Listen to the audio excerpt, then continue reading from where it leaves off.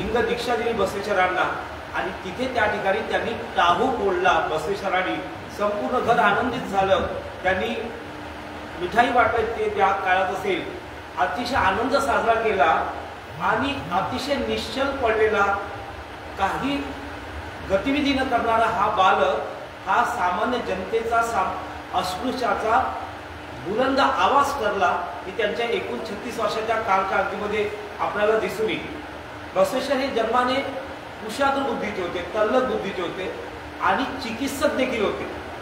लहानपणाच्या अनेक घटना त्यांच्या मनावर कोरून जायच्या, त्यांच्या मनावर ते प्रभाव ठरायचे आणि त्यांची मोठी बहीण नागम्मा आणि मोठी बंधू देवराज, ते नागम्मा आणि देवराज यांचा खूप लढा होता बसवेश्वरांशी आणि बसवेश्वर सातत्याने प्रश्न विचारून त्यांना भांडणं सोडायचे की नागम्माला अक्का गावाच्या विषयी या झोपड्या आहे, या का बरं झोपड्या आहे? तर ती बहीण सांगायची ती अस्पृश्य आहे, त्यांना मान्यता नाही.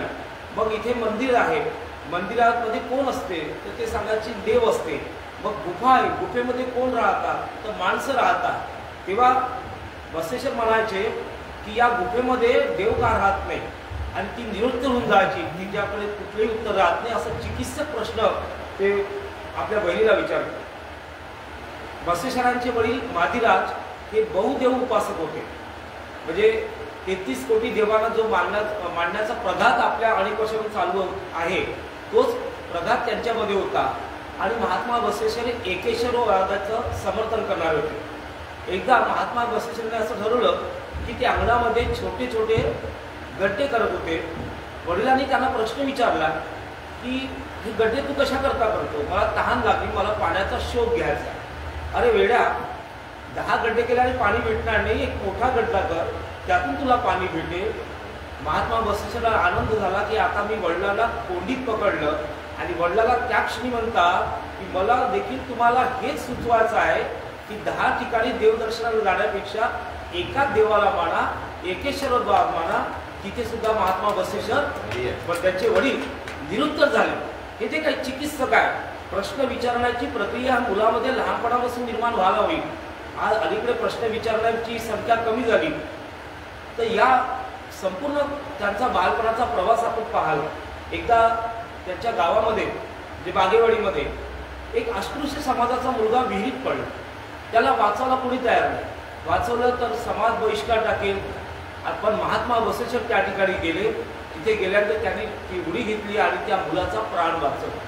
आजूबाजूला जे प्रस्थापित व्यवस्था आहे, त्याला पण संत वगैरे जे असतात पंडित, यांनी महात्मा बसवेश्वरांवर बहिष्कार टाकला आणि त्यांच्या आईवडिलांना सांगितलं हा इथे राहता कामा नये.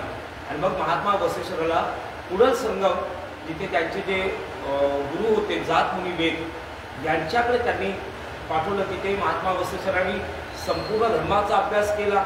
वेद, उपनिषदे, अथर्ववेद सर्व वाचले आणि तिथून त्यांनी खऱ्या अर्थानं आपली प्रगल्भता वाढवली. हळूहळू महात्मा बसवेश्वर मोठे झाले. समाजात जे प्रश्न त्यांना निर्माण व्हायचे त्या प्रश्नाचं उत्तर शोधण्याकरता त्यांची चिंतन प्रक्रिया सातत्याने सुरू राहायची. आणि मग बसवेश्वरांचे मामा बलदेव हे राजा बिज्वलच्या राज्यामध्ये हिशोबनीस होते, प्रधानमंत्री होते. आणि बसवेश्वर हे मोठे झाले. त्यांना कुठेतरी आता स्वतःचं एक करिअर करायचं, आपलं आयुष्य घडवायचं या शोधात होते. आणि मामा बलदेव त्या ठिकाणी आले पुनर्संग्राममध्ये आणि त्यांच्या गुरूंना अनुमती मागितली की महात्मा बसवेश्वर माझा भाचा आहे, हा आता मोठा झाला, याला मला तिथे नेऊन कुठेतरी कामावर लावायचं आहे. त्यावेळेस जातमुनी वेदनी अनुमती दिली आणि महात्मा बसवेश्वर पुनर्संगमला आले. त्यांना हिशोबनीस म्हणून त्या ठिकाणी ठेवलं. अतिशय प्रामाणिकता, निष्ठा, बुद्धिचातुर्य या हिशोबाने त्यांनी त्या राज्याचा एक आदर्श असा हिशोबनीस म्हणून स्वतःला सिद्ध केलं. आणि त्या राजाने त्यांना बढती दिली. प्रधानमंत्री, कल्याण राज्याचं प्रधानमंत्री त्यांना बनवलं.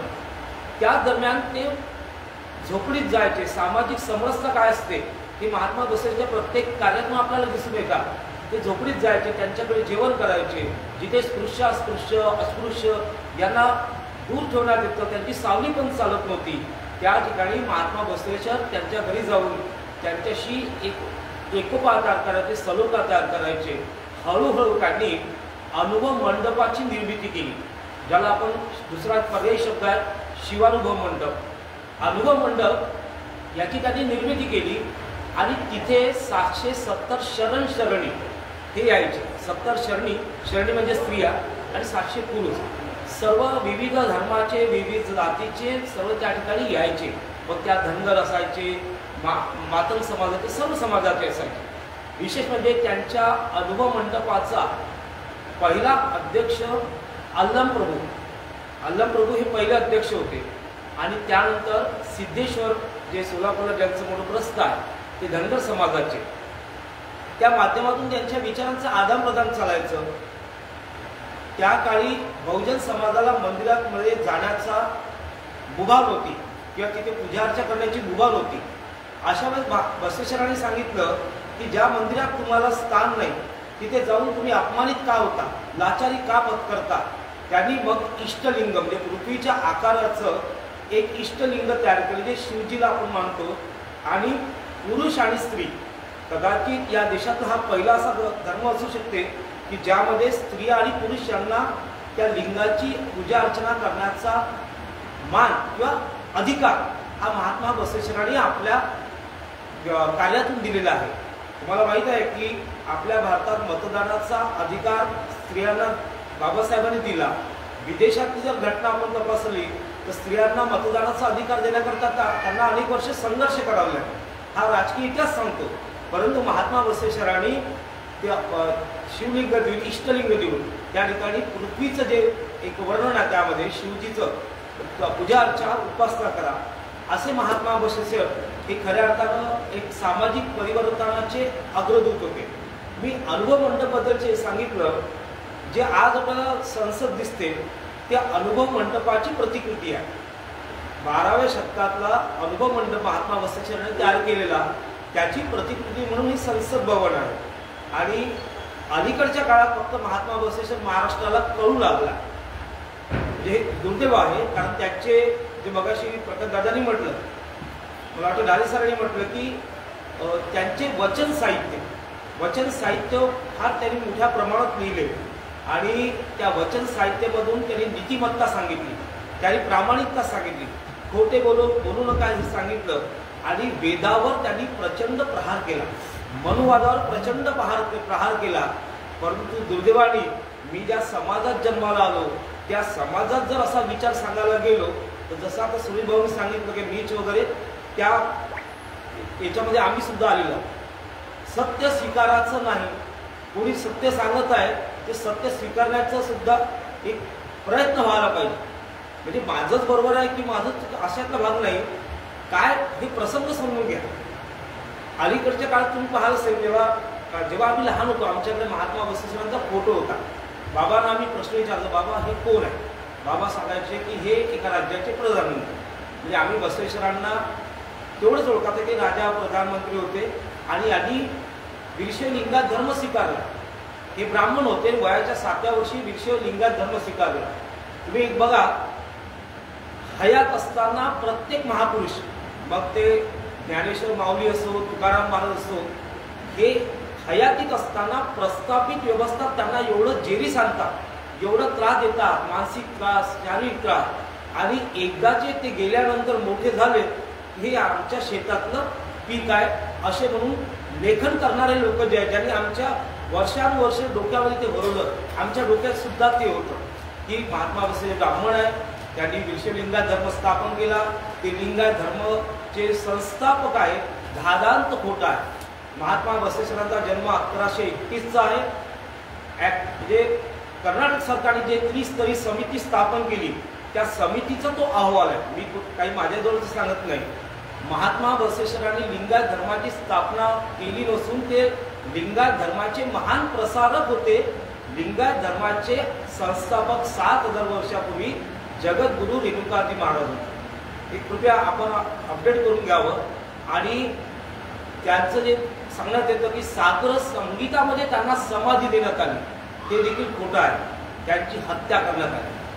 म्हणजे महापुरुषांना कसं छेडलं जातं. आणि पुरे 36 वर्षाच्या काळामध्ये त्यांनी जे वचन साहित्य लिहिलं, वयाच्या 7व्या वर्षी कारण त्यावेळेस ब्राह्मणवाद मनुवाद हा डोकं काढून होतं आणि गुंज हा प्रकार जो आपण उपनयन संस्कार म्हणतो. घरच्या लोकांनी महात्मा बसवेश्वरांचा उपनयन संस्कार करण्याचं ठरवलं.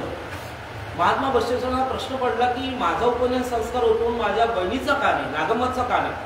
तेव्हा त्यांनी सांगितलं की नागम्माचा करा, नाही स्त्रियांना तो अधिकार नाही. तेव्हा महात्मा बसवेश्वरांनी बंड केला की मी सुद्धा उपनयन संस्कार करणार नाही.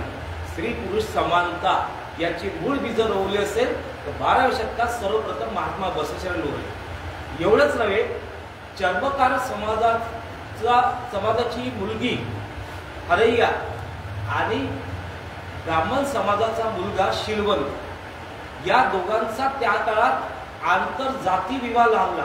भारतातला हा पहिला आंतरजाती विवाह झाला 12व्या शतकातला. हे निश्चितच अभिमानास्पद आहे, जिथे जात पात धर्म ही सर्व फार स्तोम मागलेलं होतं. अशा काळात महात्मा बसवेश्वरांनी त्या ठिकाणी एक आंतरजाती विवाह लावून दिला. फार मोठी लढाई महात्मा बसवेश्वरांची आहे. म्हणजे तथागत गौतम बुद्धानंतरचा जर सामाजिक समतेचा निनाद असेल तर तो निनाद क्रांतिज्योती महात्मा बसवेश्वर. आणि महात्मा बसवेश्वरांनंतर त्यांचं पुढे कार्य वाढवण्याचं काम जर केलं असेल तर बाबासाहेब आंबेडकर असो, महात्मा ज्योतिबा फुले असो, या सर्व महामानवांनी त्यांचं कार्य पुढे नेलं. मित्रांनो, बसवेश्वर महाराज ज्यांचं 12व्या शतकात फार मोठं कार्य होतं. त्यांनी स्त्रियांना, अस्पृश्यांना खऱ्या अर्थाने सामाजिक दर्जा देण्याचा प्रयत्न केला. नंतरच्या कालखंडामध्ये महात्मा बसवेश्वर अडगळीत पडले आणि 16व्या शतकामध्ये बीड जिल्हा येथे कपिलदार आहे, तिथे मनमथ माऊली यांनी वीरशैवलिंगास धर्माला परत झळाळी देण्याचं काम आपल्या साहित्यातून केलं.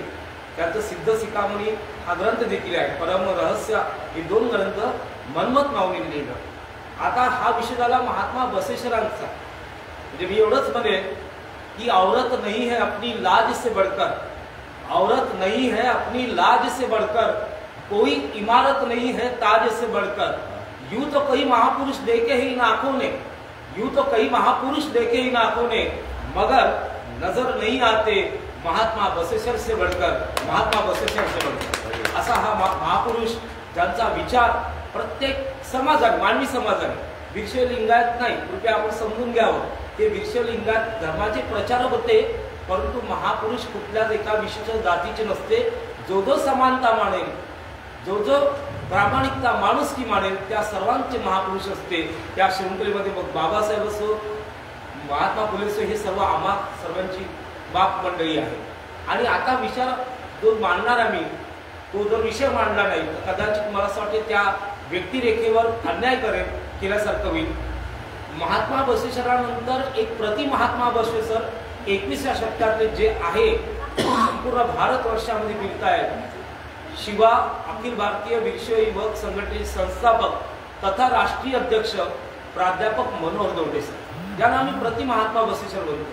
जो समाज अनेक वर्ष खितपत पडला, शव झालेली शिवसंस्कृती ज्यांनी उजळली, त्या धोंडे सरांच्या संघटनेबद्दल देखील मला बोलण्याचं अनुभव आपल्याकडून पाहिजे. कारण हे को रिलेटेड विषय आहे. बाबा बसवेश्वर आणि शिवा संघटना हे दोघं जसं अर्थशास्त्रामध्ये श्रम आणि श्रमिकांना वेगळं करता येत नाही, त्याचप्रमाणे महात्मा बसवेश्वर आणि मनोहरजी धोंडे सर यांना वेगळं करून चालत का नाही. म्हणून त्या विषयात सुद्धा मी थोडंसं भूमिका मांडतोय. प्राध्यापक मनोहर धोंडे हे औरंगाबाद येथे देवगिरी महाविद्यालयात प्राध्यापक म्हणून कार्यरत होते. ते त्यावेळेस शिवसेनेचे मराठवाडा प्रमुख देखील होते, पदवीधर मराठवाडा प्रमुख. आणि त्यांच्या एका प्राध्यापक मित्राने त्यांना एका सभेला बोलावलं, मिटिंगला बोलावलं. कॉर्नर मिटिंग होती. ती मिटिंग होती छावा संघटनेची स्थापना. जी छावा संघटना आहे त्याची स्थापना. धोंडे सर त्या मिटिंगला गेले आणि त्यांच्या डोक्यामध्ये विचार सुरू झालं की जो सशक्त समाज आहे मराठा समाज, त्याचे अनेक आमदार मुख्यमंत्री झाले, हा समाज आपल्या अस्तित्वाकरता आजही जागरूक आहे. आणि ज्या समाजातून मी आलो, जिथे आपली शिवसंस्कृती शव झाली आहे, या समाजाचा कोणी वाली नाही. कारण जे तथाकथित महाराज आहे ते आपण बघताच. धोंडे सरांनी निश्चय केला की या समाजाकरता परिवर्तनासाठी, त्यांच्या कल्याणासाठी, त्यांच्या सर्वांगीण विकासासाठी मी शिवा संघटनेची स्थापना करेन. आणि मग धोंडे सरांचं त्यावेळेस लग्न व्हायचं होतं. एका वधूवर परिचय मेळाव्यात धोंडे सर नांदेडच्या सिडको त्या ठिकाणी वधूवर परिचय मेळाव्यात गेले आणि 2 सत्रामध्ये तो परिचय मेळावा होता. सर नॅचरली उंच असल्यामुळे सर्वांना म्हणजे लक्षवेधक ठरायचे.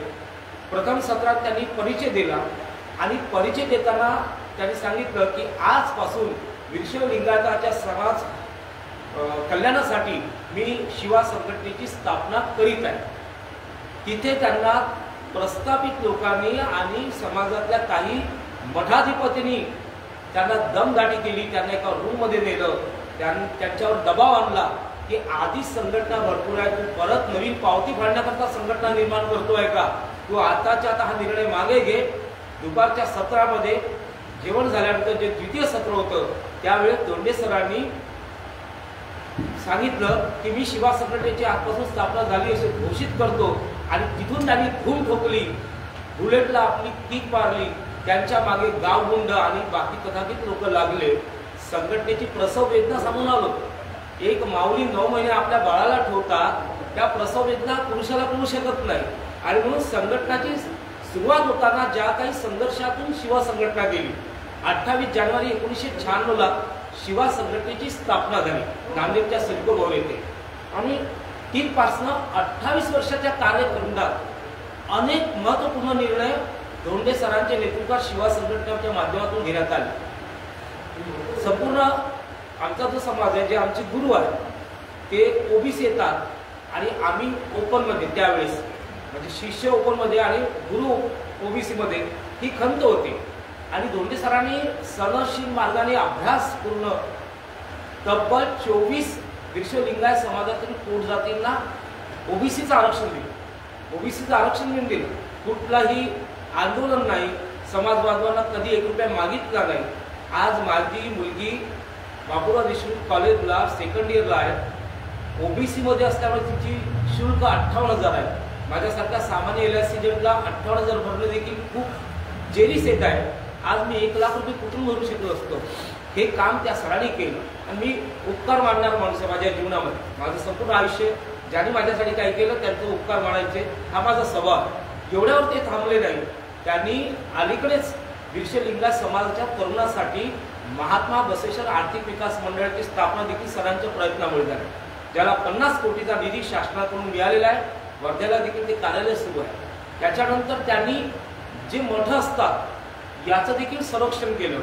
त्यांच्या मंचावर जगद्गुरू मठाधिपती असतात परंपरेने, परंतु जेव्हा जेव्हा धर्मावर ग्लानी आणण्याचा प्रयत्न केला जातो, जेव्हा जेव्हा मठ बैकवण्याचे प्रयत्न केला जातात, तेव्हा देखील धोंडे सर त्या धर्मगुरूंचा किंवा मठाधिपतीचा मुलाईचा बाळगत नाही. अशी घटना आपल्याला सांगतो की लातूर जिल्ह्यातील मानूर येथे मठ समाजाचा तत्कालीन मुख्यमंत्री विलासराव देशमुख यांचे लहान बंधू दिलीपराव देशमुख त्या मठाचे शिष्य होते. 1000 कोटीची माया त्या मठामध्ये होती. आणि तिथला जो मठाधिपती आहे तो जर्जर झाला आरोग्याने. आजूबाजूचे मठाधिपती त्यांचा डोळा होता त्या संपत्तीवर. त्यामध्ये सोलापूरचे आपले विद्यमान खासदारही होते, ते मठाधिपती होते. आता यांना धर्म सोडून त्या संसदेत जाण्याची काय गरज मला कळत नाही. असो, ते सर्व आले. धोंडे सरांना माहीत पडलं. धोंडे सरांनी आपल्या गाडीचा ताफा त्या मानूरच्या मठाकडे नेला, गोळ्याची फायरिंग केली. जे जे मठाधिपती आले ते त्यांचे धोतर काढून त्यांना झोडवण्याचं काम केलं. एसपी आणि कलेक्टरला बोलावलं आणि सांगितलं की आताच्या आता इथे उत्तराधिकारी निवडा. पुराणिक नावाचा एक तरुण पोरगा त्याला मठ दिला. त्या मठाकडे कधी धोंडे सर त्यांनी वळून पाहिलं नाही. कदाचित तुम्हाला माहित असेल की अहमदपूरकर महाराज जे लातूर जिल्ह्यामध्ये फार मोठं त्यांचं प्रस्थ आहे. त्यांना हिंदू मुस्लिम दोन्हीही धर्म मानतात आणि त्यांना भारतरत्न किताब द्या अशी मागणी मागल्या कालखंडात झाली. गेल्या 2 वर्षापूर्वी त्यांचं निधन झालं. 104 वर्ष वय होतं. ते त्या काळातले 1945चे MBBSचे स्नातक विद्यार्थी आहेत. तर त्या अहमदपूरकर महाराजांचं सुद्धा खूप मोठं कार्य त्या भागात आहे. आणि धोंडे सर त्यांच्या चरणी जाऊन नतमस्तक व्हायचे, ती निष्ठा दाखवायची. असं हे काम या धोंडे सरांनी केलं. नेता कसा असावा? निष्कलंक, चारित्र्यवान, निर्व्यसनी, प्रामाणिक, निष्ठावान. आता या संपूर्ण जे 5 शब्द मी सांगितले हळूहळू कालबाह्य होत आहे. म्हणजे आज जर एखादा राजकीय नेता म्हणत असेल मी कुठल्याही परिस्थितीत त्या पक्षात जाणार नाही, तर त्याचा उलटा अर्थ काढावा की काय असं वाटणार. म्हणजे खऱ्या अर्थानं ते भाष्य मी करणार आहे, परंतु चित्र कसं बदललेलं आहे. कुणावर विश्वास ठेवा. तर अशा परिस्थितीत तुम्हाला धोंडे सरांनी आपला राजकीय बळी दिला प्रकाश भाऊ या समाजासाठी. पण समाजाला अजूनही महत्व नाही करून आलं. अक्षरशः धोंडे सर ज्या पद्धतीने इतर नेते आपण पाहतो की मंत्रीपद बळकवणा करता, आमदारकी बळकवणा करता एक समांतर अशी संघटना काढतात आणि त्या संघटनेचं कुठेतरी भांडवल करून ते राजकारणी लोकांवर प्रभाव टाकतात. परंतु धोंडे सरांनी मात्र आपल्या शिवा संघटनेला कधीच वेठीस धरलं नाही. आमदारकी नाही मिळाली तर 72, खासदारकी मिळाली नाही तरी 72 समाजासाठी संघर्ष करत राहील. आणि त्यांचे एक उदाहरण या ठिकाणी सांगतो. तत्कालीन मुख्यमंत्री सुशीलकुमार शिंदे यांनी 2004ला सोलापूर विद्यापीठाची घोषणा केली आणि धोंडे सर त्या मंत्रालयाच्या परिसरात होते. सर त्या ठिकाणी गेले. सुशीलकुमार शिंदेना पत्र दिलं की इथे ग्रामदैवत जे आहे सिद्धेश्वर स्वामी, जे तुम्हाला सांगितलं की ते अनुभव मंडप आहे, शिवानुभव मंडपचे दुसरे अध्यक्ष होते, त्यांना ग्रामदैवत मानत होते.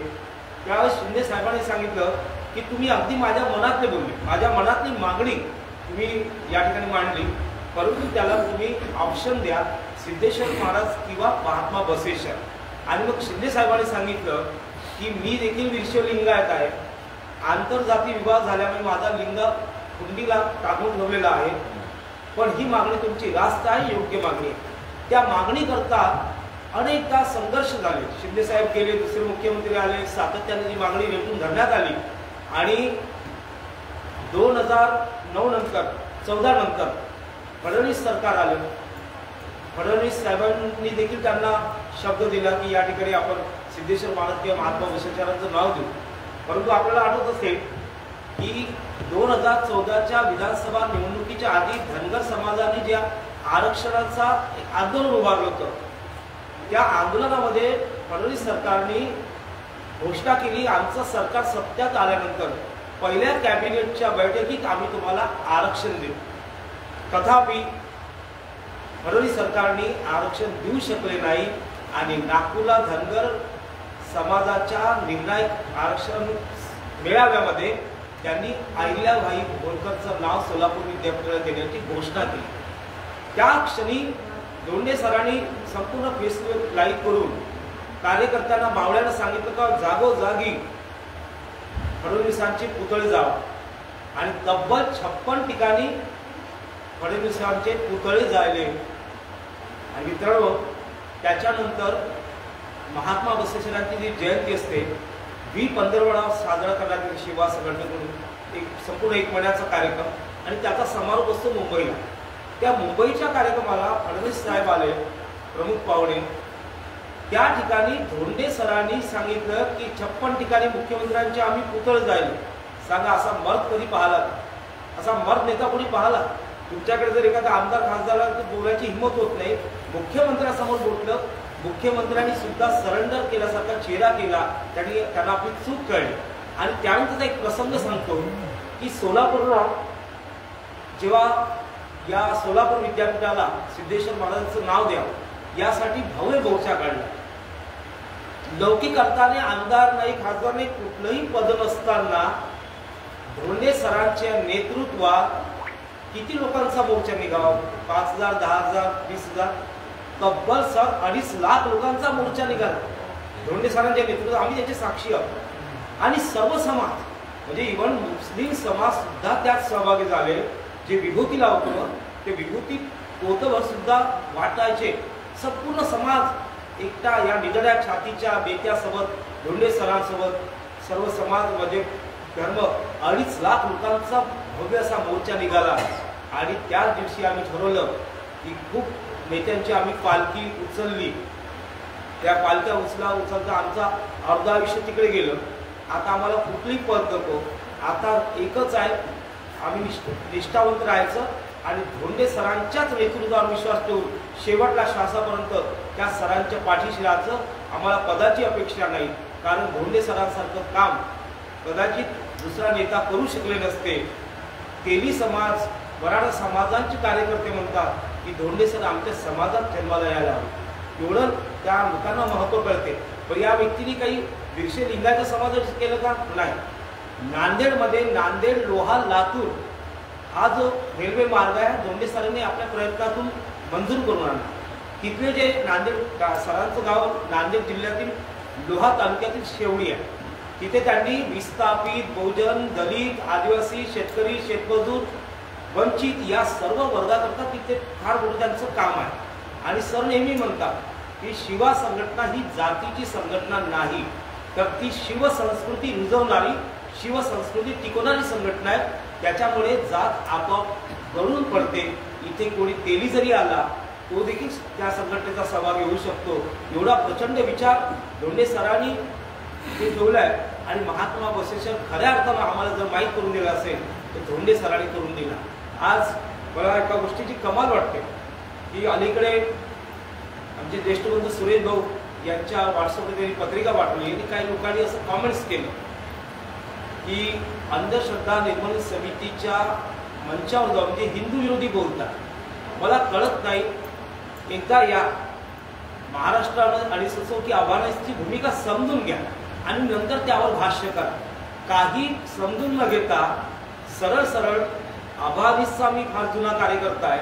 अभानिसची असो महाराष्ट्राची भूमिका आहे की आमचा देवा धर्माला विरोध नाही. आमचा विरोध देवा धर्माच्या नावावर कर्मकांड करणारे, समाजाचं शोषण करणारे यांना विरोध आहे. भारतीय घटनेने देखील ते तत्व स्वीकारले आहे अभिव्यक्ती स्वातंत्र्याचं, की तुम्ही उपासना करू शकता, तुम्ही पूजा अर्चा करू शकता. की बाबासाहेबांनी आपल्या संविधानात दिली. पण एवढे शिकलेले लोक जेव्हा असे प्रश्न करतात की मग नास्तिक आहे किंवा ते हिंदू विरोधी आहे, मला सांगताना अभिमान वाटेल या भारतामध्ये बहुसंख्य कोण आहे? हिंदूच आहे. बहुसंख्य हिंदू आहे, त्यानंतर बौद्ध आहे, त्यानंतर मुसलमान आहे, इतर समाज आहे. महाराष्ट्र अनिसनी मुसलमान बाबाला पकडण्याचं देखील काम केलं. एकंदरीत इतिहासावरून आपण वाचून घ्यावं. अभानिसने सुद्धा केलंय. कदाचित गजीभाऊ त्यावेळेस आमच्यासोबत होते. इथे एक अफसर बाबा होते मुस्लिम, त्या तथाकथित बंधू बाबाला देखील आम्ही पकडलं. म्हणजे आम्ही काही मुस्लिम लोकांचे लाड करतो अशातला भाग नाही. जिथे जिथे तुम्ही धर्माच्या नावावर ग्लानी. आणि मग माझा एक प्रश्न असा येतो की अलीकडे मागच्या महिन्यात एक शिव कथाकार असे बोलून गेले कि साल भर कोई बच्चा पढ़ाई नहीं करता हो, वो बेल के पत्र को शहद लगा के शिव जी के पीठ पर अर्पण करता है तो अपने आप में पास हो जाएगा, नौकरी लग जाएंगी. हिंदू राष्ट्र बनाना है, संविधान को बदलना है. माझा सनातनवाल्यांना प्रश्न आहे की तुम्ही जर खरे सनातन असाल तर मग एक तर भगवद्गीताला माना, नाही तर त्या मार्गाला माना. भगवद्गीतेत काय सांगितलं? कर्म सांगितलं. बरोबर आहे. हिंदू धर्माचा पवित्र ग्रंथ भगवद्गीतेमध्ये कर्म सांगितलंय. हा महाराज म्हणतो कर्म करू नका. म्हणजे जिथे अभ्यास करायचा आहे, म्हणजे विज्ञान, जिथे अध्यात्म युगात विज्ञान पेरण्याचं काम आमच्या संतांनी केलं. 1600 शतकात असो की 17व्या शतकात असो, तुकाराम महाराज विज्ञाननिष्ठ होते.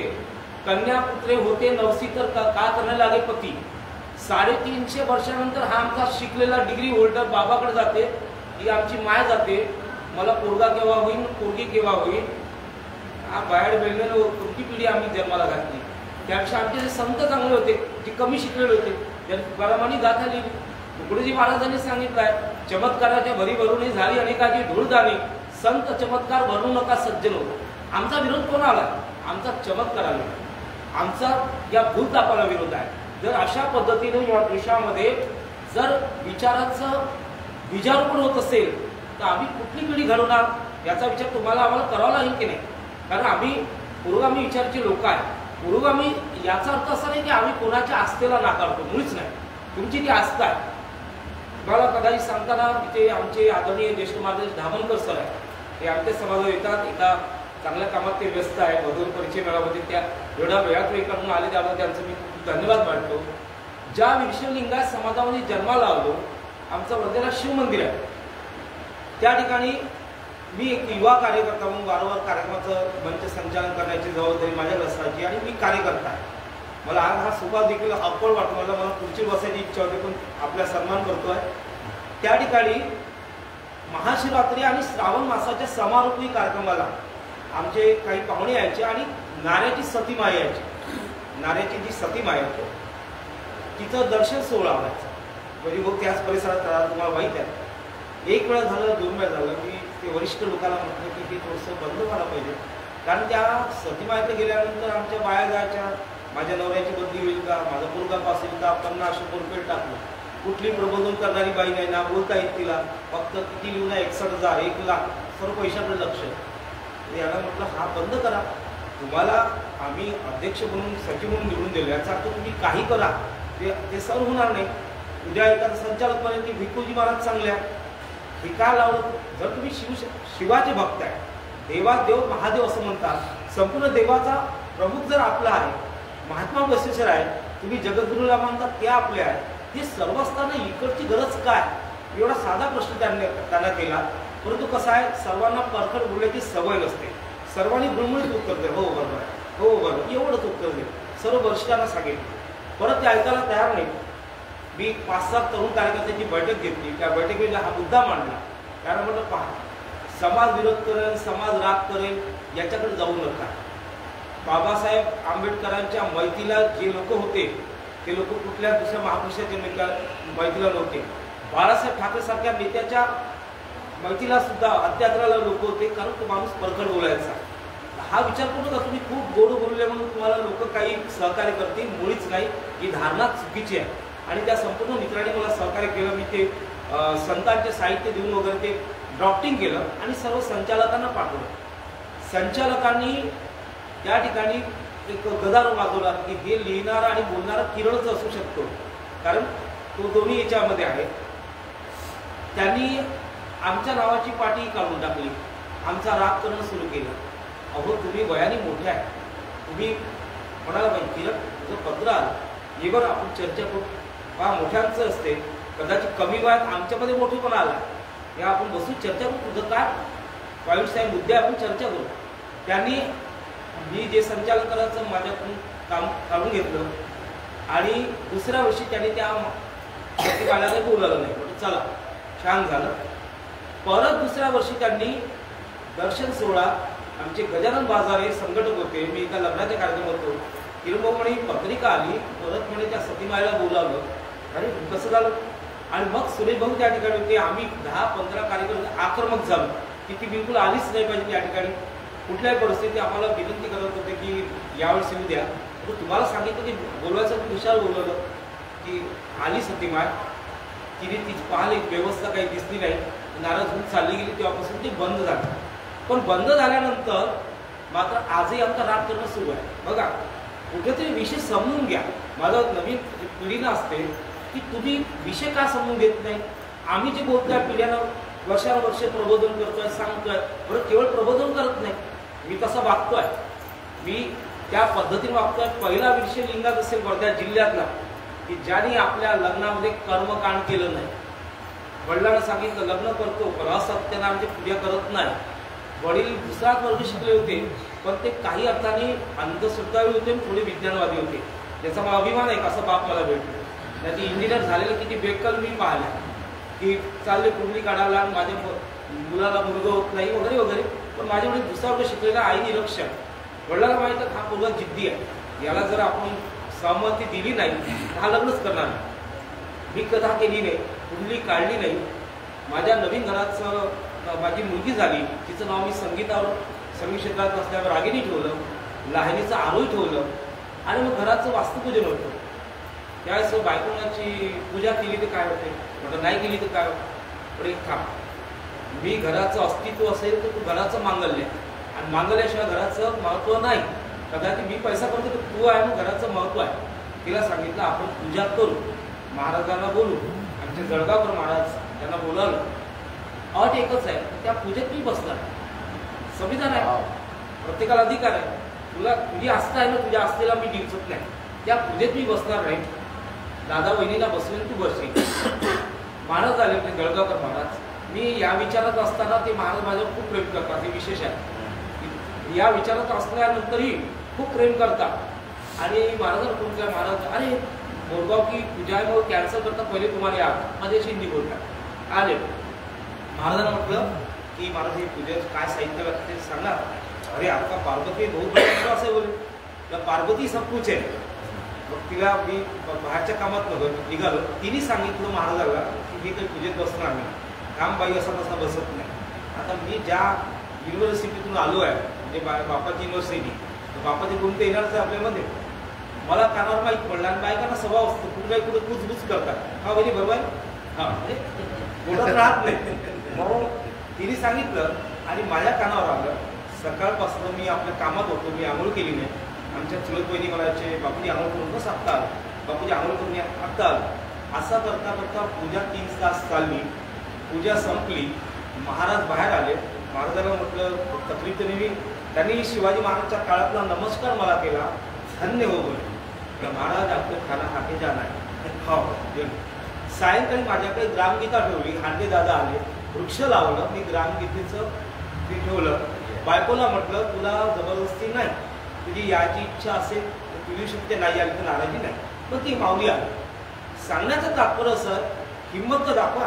काय झालं, आज 20 वर्ष माझ्या लग्नाला झालं, अजून आनंदी जीवन जगतोय. कारण मी हृदयातला देव शोधतोय, मी हृदयातला देव शोधतोय. लक्षात ठेवा, कारण आपण जे इकडे फिरतो माझा कर्मावर विश्वास आहे. आजही सांगतो की माझं हे जीवन जे आहे हे यामध्ये अनेक स्नेहीजनांचं सहकार्य आहे. आणि विचारावर एकनिष्ठ राहा. तुमची जी संकल्पना आहे, मी कधी देवाधर्माला विरोध करत नाही. मी स्वतःही देवाला नमस्कार करतो, काही विरोध नाही. मी हिंदू आहे, काही विषय अभिमान. परंतु प्रत्येक धर्मातल्या जागरूक नागरिकांनी आपापल्या धर्मामध्ये जे आकाशामध्ये मळक निर्माण झाला, जे ढग निर्माण आले, ते ढग हटवण्याचं काम तुम्हाला करायचं. म्हणजे तात्पर्य एवढंच आहे की आपापल्या धर्मामध्ये ज्या चुकीच्या गोष्टी आहेत, हिंदू धर्म असू दे, बौद्ध धर्म असू दे. आमचे मित्र आहे संजय दवादे, अभानिसचे कार्यकर्ते, त्यांनी बौद्ध धर्मातल्या चुकीच्या अंधश्रद्धेचं पुस्तक लिहिलं. स्वीकारा, का नाही स्वीकारायचं? चुकीच्या गोष्टी आम्ही स्वीकारायला पाहिजे, ह्या चूक आहे. कारण आम्ही त्या धर्माचं अप्रत्यक्षपणे रक्षणच करतोय, आम्ही त्या धर्माचं समर्थनच करतोय, सन्मान करतोय. आणि स्वतःला सनातनी म्हणणारे यांनी आता उत्तर द्यावं की तुम्ही भगवद्गीता नाकारणार का, तुम्ही संत नाकारणार का, तुम्ही ज्ञानेश्वर माऊली नाकारणार का? ज्ञानेश्वर माऊलीने प्रचंड विरोध अंधश्रद्धेला केलाय. म्हणून भावांनो, एक विनंती आहे की नवी पिढी आपल्याला घडवा लागेल. कारण वर्तमान जे वातावरण आहे ते वातावरण फार दूषित झालेलं आहे. मी कुणाचं नामोल्लेख करणार नाही, कारण जिथे शिक्षणाला महत्त्व द्यायचं आहे, म्हणजे भारतात केम्ब्रिज सारखी युनिव्हर्सिटी उभारावी असं वाटू नये. भारतात 80 कोटी लोकांना मोफत अन्नदान देण्यात येते आणि भारत विश्वगुरू बनायला चालला. ही विडंबना भारतातच होऊ शकते, इतर देशात होऊ शकत नाही. म्हणून तुम्ही कुठल्याही पक्षाचे असला, काही असला, चुकीवर बोलण्याचा प्रयत्न करा. कारण येणारी पिढी तुम्हाला माफ करणार नाही. लक्षात ठेवा, हे माझे वेदना आहे मित्रांनो. मी वेद वाचला नाही, पण मी वेदना वाचतो. मी वेदना वाचायचं काम करतो सुनील भाऊ, की तुमच्या नवीन पिढीला काय देऊ आपण. म्हणजे आज जर तुम्ही शिक्षणासाठी जे मुलं जे तुम्ही आम्ही घडलो आहे, म्हणजे आपली पिढी इतपर्यंत तग धरली, येणारी पिढी तग धरेल की नाही याचं मला म्हणजे फार धुसर असं चित्र दिसते आहे. म्हणून जेवढे पूर्वगामी आहे भारतातले, महाराष्ट्रातले, यांनी आपसी मतभेद ठेवून, मतभेद विसरून, दूर ठेवून किमान समान कार्यक्रम राबवावा आणि या देशाची लोकशाही अबाधित ठेवावी.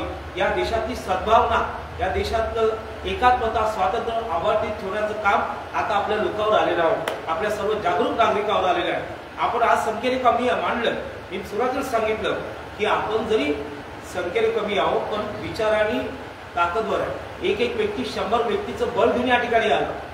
आमचे सुनील भाऊ ढाले फार जुने सहकारी, अतिशय म्हणजे प्रसिद्धीचं मोहन असलेला कार्यकर्ता, प्रकाश भाऊ, ही सर्व मंडळी या ठिकाणी आपण आला. आणि जे मी महात्मा बसवेश्वर आणि प्रति महात्मा बसवेश्वर असं जे वर्णन केलं, कारण धोंडे सर सांगितलं नसतं, प्राध्यापक मनोहर धोंडे, तर कदाचित मला असं वाटते की महात्मा बसवेश्वरांच्या विचाराला मी न्याय देऊ शकलो नसतो. त्या धोंडे सरांनी अनेक लोकांना अंगावर घेतलं. अनेक असा निधड्या छातीचा माणूस आहे आणि वर्ध्यात कधी आल्यानंतर आम्ही आपणास पाचारण करू की एकदा या नेत्याला भेटा.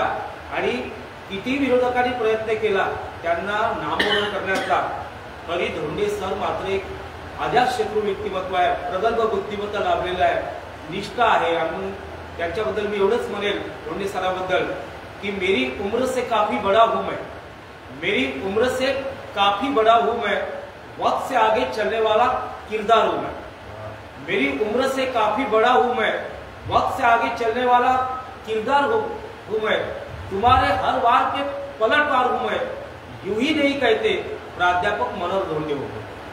हे धोंडे सरांचं नेतृत्व आम्हाला लाभलं. आम्ही फार जे शतशत धन्यवाद व्यक्त करतोय. बसवेश्वर हा विषय 5 विषय फार मोठा आहे, परंतु आपण तो विषय शांतपणे समजून घेतला आणि मी आमचा सातत्यानं प्रयत्न आहे की महात्मा विश्वेश्वरांच्या विचाराशी आपण सर्व मंडळी जुळावं. जे जे महापुरुष असेल त्या सर्व महापुरुषांच्या विचारांना घेऊन नवीन पिढीपर्यंत जाण्याचा आमचा प्रयत्न आहे. येणाऱ्या काळात माझं प्रताप भाऊंना देखील विनंती आहे की संविधान हे फार महत्वाचं आहे, तो आत्मा आहे भारतीय लोकशाहीचा.